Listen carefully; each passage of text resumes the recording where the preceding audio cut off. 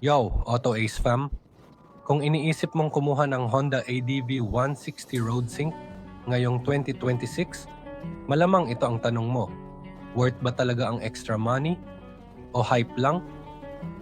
Mas mahal siya kumpara sa regular na ADV 160, mas techy, mas premium. Pero kailangan mo ba talaga lahat yon? Pag-usapan natin ng totoo. Let's go!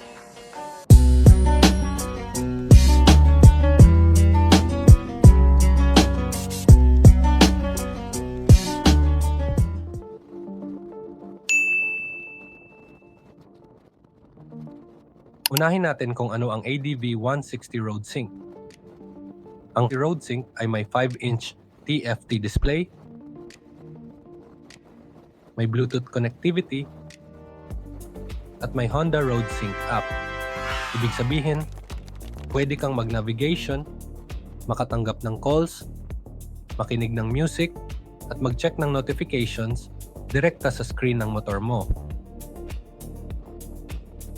May USB Type-C charger, may traction control, may front ABS, at pareho pa rin ang 157cc ESP Plus engine na alam nating smooth, matipid, at reliable.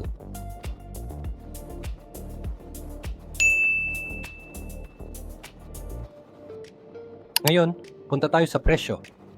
Ang regular ADV 160 ABS ay nasa humigit kumulang 167,000 pesos, habang ang ADV 160 Road Sync ay nasa halos 175,000 pesos. So roughly, may 7,000 to 8,000 pesos kang dinadagdag para sa Road Sync features. Ang tanong, sulit ba yon para sa'yo? Kung ikaw ay mahilig sa navigation, madalas mag-long ride, umaasa sa Google Maps o Waze, at gusto mo ng mas modern na cockpit, then yes, malaking upgrade ang Road Sync. Hindi mo na kailangan silipin ang phone mo, mas safe, mas clean ang setup, at mas premium ang experience. Pero kung ikaw naman ay pang daily commute lang, bahay-trabaho, bahay-school, at bihira mag-long ride, doon pumapasok ang tanong kung kailangan mo ba talaga ang Road Sync. Kasi sa performance, pareho lang sila. Pareho ang makina, pareho ang hatak, pareho ang konsumo ng gasolina, at pareho rin ang comfort. Ang binabayaran mo lang talaga ay convenience at tech experience.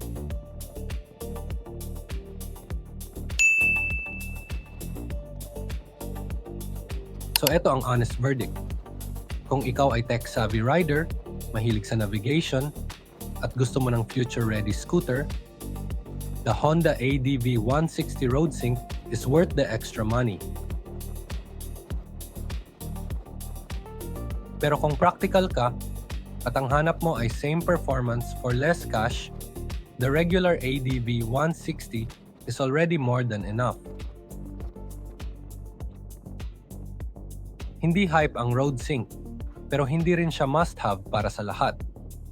Depende lahat sa riding style mo at kung paano mo ginagamit ang motor mo araw-araw.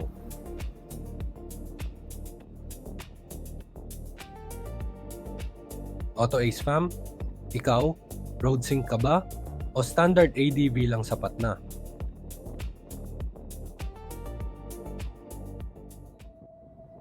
Kung nakatulong ang video na to sa desisyon mo, please like, subscribe, at i-share mo rin sa kaibigan mong nag-iisip bumili. Ride safe, ride smart. Thanks for watching.